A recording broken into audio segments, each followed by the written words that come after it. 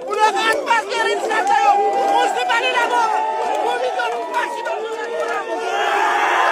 Ha, to'g'ri eshitdingiz. Farg'ona viloyati Qo'shtepa tumani Qorajiyna mahallasida O'zbekiston Respublikasi Davlat xavfsizlik xizmati kubogi finali bo'lib o'tdi. Eng quvonarli tomoni shundaki, bu tumanda futbol boshqa sport turlaridan yuqori o'rinda turar ekan. Tuman hokimi boshchiligidagi ushbu turnir 2 bosqichda bo'lib o'tdi. Qizlar va bolalar mini va katta futbol bo'yicha jamoalar chempionlik uchun kurashdi. Qizlar o'rtasida mini futbol bo'yicha birinchi o'rinni Xo'jaqishloq jamoa qizlari qo'lga kiritgan bo'lsa, chempionlikni qo'ldan boy bergan Xumdon mahalla jamoa qizlari turnirda kumush medal bilan taqdirlandi. 3-o'rin Shahartepa mahalla jamoa qizlariga nasib qildi. O'g'il bolalar mini futbol bo'yicha birinchi o'rinni Oqtepa jamoasi qo'lga kiritgan bo'lsa, Kichik Beshkepa mahallasi ikkinchi o'rin bilan taqdirlandi. Namuna mahallasi 3-o'rinni qo'lga kiritdi. Va nihoyat Qorajiyda arenasidagi final dramatik bahslarga boy bo'ldi. Finalda Shomirza jamoasi Beshkepa jamoasi bilan to'qnash keldi. Finalda asosiy vaqtda g'olib aniqlanmadi. Hakam penaltilar seriyasiga ishora berdi. Lotereyada Shomirza jamoasiga kulib boqdi. Qo'shtepa tumanining eng kuchli nomini olgan Shomirza jamoasi